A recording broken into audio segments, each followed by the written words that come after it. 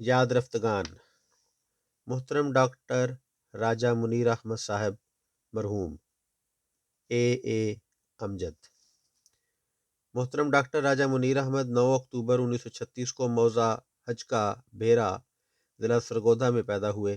آپ کے والد محترم راجہ غلام حیدر صاحب تھے، جنہوں نے خاندان میں سب سے پہلے حضرت مسلم موعود رضی اللہ عنہ کے ہاتھ پر احمدیت قبول کی۔ آپ محکمہ نہر سندھ میں ملازم تھے۔ بعد ازاں آپ نے کچھ عرصہ گاؤں میں ہی ہومیوپیتھی کی پریکٹس بھی کی۔ اپنے والد اور والدہ کی تربیت کے نتیجے میں بچپن ہی سے احمدیت سے وابستگی اور دعا کی قبولیت پر یقین حاصل تھا۔ اسی کا نتیجہ تھا کہ اسکول کے زمانہ سے ہی اساتذہ اور دیگر طلباء کے ساتھ احمدیت کے سلسلے میں مباحثات ہوتے رہتے تھے۔ ابتدائی تعلیم اور ملازمت۔ آپ نے ابتدائی تعلیم بھیرا سے حاصل کی، بعد میں کراچی اور پھر ٹنڈو جام ایگریکلچر کالج بعد ازاں یونیورسٹی سے BSc کیا۔ گھریلو مشکلات کی بنا پر اپنی تعلیم کافی مشکل حالات میں حاصل کی اور پارٹ ٹائم نوکری کر کے یونیورسٹی کے تعلیمی اخراجات پورے کیے۔ یونیورسٹی میں علاقائی تعصب کا سامنا بھی کرنا پڑا۔ ایک مرتبہ ایک سندھی پروفیسر نے اسی تعصب میں جان بوجھ کر آپ کو فیل کر دیا۔ اس نے خود 35 نمبر لگا کر آپ کو دکھائے، جبکہ پاس ہونے کے لیے 50 نمبر درکار ہوتے تھے، اور بتایا کہ میں تمہیں فیل کر رہا ہوں۔ آپ نے خود بھی دعا کی اور اسی وقت حضرت مسلم موعود رضی اللہ تعالیٰ عنہ نیز دیگر جماعتی بزرگان کی خدمت میں بھی دعا کی درخواست کی۔ اللہ تعالیٰ نے خاص فضل فرمایا اور اسی پرچے میں آپ کے 65 نمبر آئے، جس کو آپ خدا تعالیٰ کا فضل اور دعاؤں کا نتیجہ قرار دیتے تھے۔ سندھ میں خدام الاحمدیہ کے تحت مختلف شعبوں کے علاوہ آپ کو بطور قائد بھی خدمت کا موقع ملا۔ تعلیم مکمل کرنے کے بعد سندھ میں ہی محکمہ زراعت میں آپ نے ملازمت اختیار کر لی۔ 1972 میں سندھی تعصب کی بنا پر آپ کو ملازمت میں پریشان کیا جانے لگا تو آپ ملازمت کو خیر باد کہہ کر روا آ گئے۔ کچھ عرصہ روا میں رہنے کے بعد 1973 میں جرمنی چلے گئے۔ 3 سال کا عرصہ جرمنی میں گزارا، لیکن دل مطمئن نہ ہونے کی وجہ سے واپس روا آ گئے۔ دوران ملازمت خدمات۔ مکرم راجہ منیر احمد صاحب کے بیٹے مکرم راجہ بصیر احمد ابصار صاحب نے اپنے والد صاحب کی دوران ملازمت خدمات کا ذکر کرتے ہوئے بتایا کہ ایک مرتبہ سندھ میں ملازمت کے دوران آپ کی ڈیوٹی ایک تجرباتی زرعی فارم پر تھی۔ اسی دوران آپ کو حضرت خلیفۃ المسیح ثالث رحمہ اللہ تعالیٰ کی تحریک وقف عارضی کے بارے میں علم ہوا تو آپ نے بھی وقف عارضی فارم پر کر کے بھجوا دیا اور آپ کو دفتر سے کسی مقام پر وقف عارضی کے لیے ہدایات موصول ہو گئیں۔ آپ نے اپنے محکمہ سے ان ایام میں رخصت طلب کی، لیکن اتفاق سے انہی ایام میں ایک افسر بالا نے اس زرعی فارم کے معائنہ کے لیے بھی آنا تھا، لہٰذا آپ کی رخصت منظور نہ ہوئی، جس پر آپ نے حضور رحمہ اللہ تعالیٰ کی خدمت میں تحریر کیا۔ اس پر حضور رحمہ اللہ تعالیٰ نے جواب میں فرمایا کہ اپنی ملازمت پر رہیں اور وقف عارضی پر نہ جائیں، لیکن یہ جواب بر وقت موصول نہ ہوا اور آپ بغیر رخصت وقف عارضی پر چلے گئے۔ اس وقف عارضی پر آپ کو بہت دعائیں کرنے کی توفیق ملی، آئندہ کی خوشخبریاں بھی ملیں۔ دوسری طرف جب متعلقہ افسر معائنہ کے لیے آپ کے زرعی فارم پر پہنچا تو اسے بہت اچھے انتظامات دیکھنے کو ملے، صفائی کا معیار بھی بہت اچھا تھا، اور خدا تعالیٰ نے یہ تصرف فرمایا کہ بجائے اس کے کہ وہ آپ کی غیر حاضری پر کوئی اعتراض کرتا، اس نے اس بات پر خوشنودی کا اظہار کیا کہ ان کی غیر موجودگی میں بھی تمام کام نہایت خوش اسلوبی اور باقاعدہ نظام کے تحت جاری ہے۔ ایک جرمن کمپنی میں قطر میں کوئی پروجیکٹ شروع کیا تو آپ کو اس میں ملازمت مل گئی اور آپ 1976 میں وہاں تشریف لے گئے۔ یہ ایک نہایت معقول ملازمت تھی اور آپ اس سے مطمئن بھی تھے، لیکن تقریباً 1 سال بعد ہی وہاں پر کام کرنے والے ایک متعصب جماعت شخص نے حکومت قطر کو شکایت کر دی کہ یہاں پر کچھ احمدی موجود ہیں جو تبلیغ بھی کرتے ہیں، جبکہ انہیں ان کے اپنے ملک پاکستان میں کافر قرار دے دیا گیا ہے، لہٰذا انہیں یہاں سے نکالا جائے۔ اس پر حکومت قطر نے آپ سمیت 7 افراد جن میں سے 6 احمدی تھے کو گرفتار کر لیا، جس کے نتیجے میں آپ کو کئی دن جیل میں رہنا پڑا اور اس طرح آپ کو اسیر راہ مولا رہنے کا اعزاز بھی حاصل ہوا۔ عدالت میں ایک سرسری سماعت کے بعد انہیں ملک بدر کر دینے کی سزا سنا دی گئی اور آئندہ کے لیے قطر اور دیگر عرب ممالک میں داخلہ پر پابندی لگا دی گئی۔ واپسی کے دوران ایک عجیب واقعہ بھی پیش آیا۔ اس وقت تک راجہ صاحب کی فیملی کے پاس اپنا مکان نہیں تھا۔ واپسی کے دوران جہاز پر ایک عزیز نے کہا کہ اگر آپ چند سال یہاں پر ملازمت کر لیتے تو آپ اپنا مکان بنا سکتے تھے۔ اس پر محترم راجہ صاحب نے جواب دیا کہ جو خدا اس ملک کے رزق سے مکان دے سکتا ہے وہ وہاں جا کر بھی مکان دے دے گا۔ خدا کا کرنا ایسا ہوا کہ ٹھیک 3 سال بعد خدا تعالیٰ نے اپنے فضل سے راجہ صاحب کو محلہ باب الابواب میں اپنے مکان سے نواز دیا، یعنی اتنے ہی عرصہ بعد جس کا ذکر ان صاحب نے کیا تھا، اور اس کے 9 سال بعد محلہ دارالصدر میں اس سے دگنی مکانیت کے مکان سے نوازا۔ محض اللہ تعالیٰ کے فضل سے روا آنے کے کچھ عرصہ بعد ایک دوست کی وساطت سے گورنمنٹ کے محکمہ پاسکو میں آپ کو ملازمت مل گئی، جو ریٹائرمنٹ کی عمر تک جاری رہی۔ پاسکو میں ملازمت کے دوران ایک مرتبہ افسران کی ترقیاں ہونی تھیں۔ آپ جس افسر کے تحت کام کر رہے تھے وہ اگرچہ انہی کے رینک کا تھا، لیکن بہت زیادہ سینیارٹی کی وجہ سے اسے بڑا عہدہ حاصل تھا، اور اسی سینیارٹی کے حساب سے آپ کا نمبر بہت پیچھے تھا، اور سب کو معلوم تھا کہ محدود افراد کی ترقیاں ہونی ہیں۔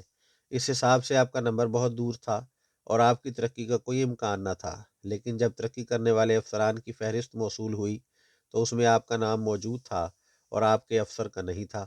سندھ میں رہتے ہوئے آپ نے ہومیوپیتھک سے بھی دلچسپی رکھی تھی اور اپنی رجسٹریشن بطور ڈاکٹر بھی کروا لی تھی، نیز گاہے بگاہے پریکٹس بھی کرتے رہتے تھے۔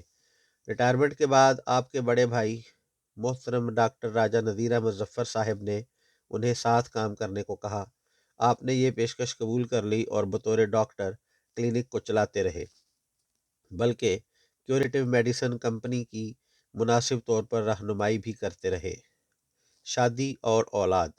آپ کی شادی موزہ ڈلوال ضلع چکوال کے ایک رئیس مکرم راجہ فضل داد خان صاحب کی بیٹی سے ہوئی، اور ان سے آپ کے 3 بیٹے اور 2 بیٹیاں پیدا ہوئیں۔ خلافت احمدیہ سے تعلق اور جماعتی خدمات۔ خلافت احمدیہ سے گہرا عشق اور وفا کا تعلق تھا۔ حضرت خلیفۃ المسیح رابع رحمہ اللہ تعالیٰ سے آپ کے قریبی تعلقات تھے۔ خلافت سے قبل ہی حضور رحمہ اللہ کے ساتھ اسلام دعا قائم تھی۔ خلافت کے بعد یہ تعلق مزید مضبوط ہو گیا۔ ایک مرتبہ آپ نے حضور رحمہ اللہ کی خدمت میں ایک خط تحریر کیا، جس کے جواب میں حضور رحمہ اللہ نے خود اپنے دست مبارک سے 2 صفوں کا خط تحریر فرما کر عنایت فرمایا۔ تمام خاندان اور دیگر جاننے والے آپ کی اس خوش بختی پر رشک کرتے رہے۔ 2011 میں آپ جلسہ سالانہ یوکے پر تشریف لے گئے۔ اس موقع پر سیدنا حضرت خلیفۃ المسیح الخامس ایدہ اللہ تعالیٰ بنصر العزیز سے ملاقات کا شرف حاصل ہوا۔ بعد میں آپ نے اس ایمان افروز ملاقات کی روداد سنائی کہ میں نے حضور انور کی خدمت اقدس میں اپنی زندگی وقف کرنے کی درخواست کی تو حضور انور نے فرمایا کہ آپ جماعتی کام کریں۔ چنانچہ اس کے بعد آپ نے مزید نئے جذبے اور اخلاص کے ساتھ خدمت دین کا سفر شروع کیا، جو تا دم واپسی جاری رہا۔ آپ کو خدا کے فضل سے ربوہ میں مختلف جماعتی خدمات کی توفیق ملتی رہی۔ آپ کو لمبا عرصہ سیکریٹری وقف نو، سیکریٹری اصلاح و ارشاد اور نائب صدر محلہ کے علاوہ 2 مرتبہ صدر محلہ کے طور پر خدمت کی توفیق ملی۔ نومبر 2005 میں جب محلہ دارالصدر شمالی ہدا کا قیام عمل میں آیا تو آپ کو اس کے پہلے صدر محلہ کے طور پر مقرر کیا گیا۔ یہ خدمت جون 2010 تک جاری رہی۔ اس کے بعد ستمبر 2013 میں دوبارہ آپ کو صدر محلہ کی ذمہ داری ملی، جو وفات تک جاری رہی۔ تمام شعبہ جات کے سیکریٹریان کے ساتھ ایک ذاتی رابطہ تھا۔ خاکسار کو سیکٹری مال کے طور پر خدمت کا موقع ملا۔ شعبہ مال کی ٹیم کے ساتھ آپ کو ایک قلبی لگاؤ تھا۔ اس سلسلے میں جب کبھی آپ سے دورہ جات کے لیے جانے کی درخواست کی جاتی تو آپ بخوشی ہمارے ساتھ شامل ہو جاتے۔ تحریک جدید، وقف جدید اور دیگر محلی تحریکات میں بھی بڑھ چڑھ کر حصہ لیتے اور سیکریٹریان کی حوصلہ افزائی فرماتے، جس سے ان میں ایک نیا حوصلہ اور جذبہ پیدا ہو جاتا۔ اکثر جماعتی میٹنگز کا انعقاد اپنے گھر پر کرتے اور مہمان نوازی بھی کرتے۔ آپ کے ساتھ جماعتی کاموں کے دوران خاکسار کو بہت سی باتیں سیکھنے کا موقع ملا۔ خاکسار کو جنرل سیکرٹری کے طور پر بھی کام کرنے کا موقع ملا۔ اکثر عاملہ کی میٹنگ ہوتی تو مجھے ارشاد فرماتے کہ میٹنگ کا باقاعدہ ایجنڈا بنائیں، پھر اس کے مطابق میٹنگ ہوتی۔ آپ میٹنگ میں سیکرٹریان کو ہر شعبہ کے متعلق تفصیلی بریفنگ دیتے اور نئے کام کرنے والوں کی رہنمائی فرماتے۔ آپ نے اپنے گھر میں باہر والا کمرہ جماعتی کاموں کے لیے وقف کر رکھا تھا۔ آپ کا اٹھنا بیٹھنا جماعت کے لیے وقف تھا۔ جس دن آپ کو برین ہیمریج کا اٹیک ہوا، اس سے 1 روز قبل میری آپ سے ملاقات ہوئی۔ اس موقع پر بھی آپ نے بعض جماعتی امور پر بات شروع کر دی کہ مجلس عاملہ کی میٹنگ کب کرنی ہے۔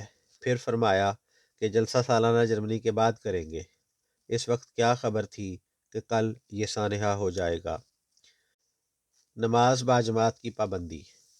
آپ نماز باجماعت کے نہایت پابند تھے۔ نماز تہجد بھی باقاعدگی سے ادا کرتے۔ سندھ میں دوران ملازمت اکثر ایسے مقامات پر ڈیوٹی ہوتی تھی جہاں آپ اکیلے احمدی ہوتے تھے۔ وہاں پر بھی نماز باجماعت کا خاص التظام فرماتے اور گھر میں جو بھی موجود ہوتا اس کو ساتھ کھڑا کر کے نماز باجماعت ادا کرتے۔ کوئی نماز میں سست ہوتا تو اسے پیار و محبت سے سمجھاتے۔ کوئی فنکشن ہوتا تو ہمیشہ نماز کو مقدم رکھتے۔ ہمیشہ کہا کرتے کہ میرا تجربہ ہے کہ نماز پڑھ کر جائیں تو بڑی برکت ہوتی ہے۔ اس لیے کسی سفر پر جانا ہوتا تو نماز کو مقدم رکھتے اور فرماتے کہ ساری برکتیں نماز میں ہیں۔ آپ کی زندگی کا آخری شعوری فعل بھی نماز کی ادائیگی ہی تھا، اور نماز ظہر کی ادائیگی کے دوران سجدہ کی حالت میں دل پر حملہ ہوا اور آپ کا دل بند ہو گیا۔ بعد ازاں ڈاکٹر کی کوششوں سے دل کی حرکت بحال کی گئی، لیکن بہت دیر ہو جانے کی وجہ سے آپ مسلسل بے ہوشی کی حالت میں چلے گئے اور بالآخر 21 دن بعد مورخہ 21 جون 2015 کو اپنے مولا کے حضور حاضر ہو گئے۔ فالج کا حملہ اور موجزانہ شفا۔ وفات سے چند ماہ قبل آپ کو رات کے وقت سوتے ہوئے اچانک فالج کا حملہ ہوا، جس کے نتیجے میں آپ کا آدھا دھڑ مفلوج ہو گیا۔ آپ نے اس سلسلے میں بعد میں خود بتایا کہ آپ کی زبان بھی مفلوج ہو گئی، اور آپ نے اپنے گھر والوں کو ہاتھ کے اشارے سے بتایا کہ مجھے فالج کا حملہ ہوا ہے اور میری زبان بھی مفلوج ہو گئی ہے۔ گھر والوں نے فوری طور پر طاہر ہاٹ سے ایمبولینس منگوائی، لیکن حیرت انگیز طور پر خدا نے آپ کو معجزانہ شفا عطا فرمائی اور آپ ایمبولینس کے آنے سے پہلے ٹھیک ہو چکے تھے اور خود چل کر ایمبولینس میں بیٹھے۔ طاہر ہاٹ میں آپ کے تمام ٹیسٹ لیے گئے، تمام ٹیسٹ کلیئر تھے۔ خدا کے فضل سے چند گھنٹوں میں معجزانہ طور پر ٹھیک ہو چکے تھے۔ طاہر ہاٹ میں کچھ عرصہ رکنے کے بعد جب آپ واپس گھر آ رہے تھے تو آپ نے اپنے بیٹے سے کہا کہ دیکھو، مجھے خدا نے معجزانہ شفا دی ہے، اس لیے میں اپنے گھر جانے کی بجائے کلینک میں جا کر اپنے مریضوں کو دیکھنا چاہتا ہوں۔ پتہ نہیں وہ کب سے میرا انتظار کر رہے ہوں گے۔ چنانچہ آپ ہسپتال سے سیدھے اپنے کلینک گئے اور اپنے مریضوں کو اٹینڈ کیا۔ اس کے بعد حسب معمول اپنے گھر واپس آئے۔ نماز ظہر کا وقت ہوا تو مسجد میں گئے اور نماز کی امامت کروائی۔ اسی طرح نماز عصر کی امامت بھی کروائی۔ اوصاف حمیدہ کی ایک جھلک۔ آپ کی طبیعت نہایت خوشپاش اور نہایت ملنسار تھی۔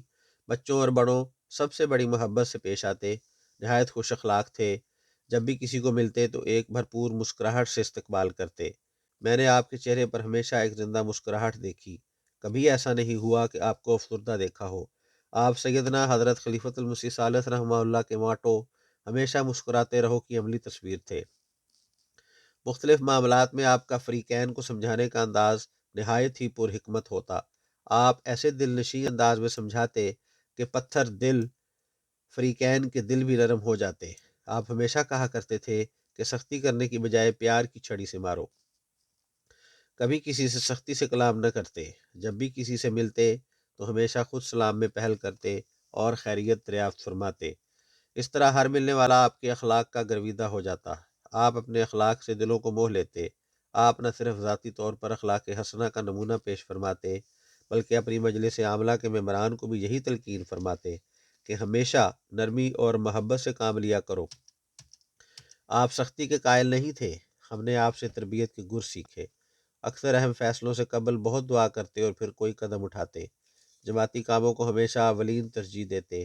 اپنی ذاتی مصروفیات چھوڑ کر جماعتی کاموں میں حصہ لیتے۔ مسجد سے ایک خاص تعلق تھا۔ تمام عمر خدمت دین کو حرز جاں بنائے رکھا۔ آپ ایک علم دوست شخصیت تھے۔ علمی شخصیات کی قدر کرتے اور ان سے مل کر بہت خوش ہوتے۔ علمی پروگراموں میں بڑھ چڑھ کر حصہ لیتے اور ایسے پروگراموں کی خوب حوصلہ افزائی فرماتے۔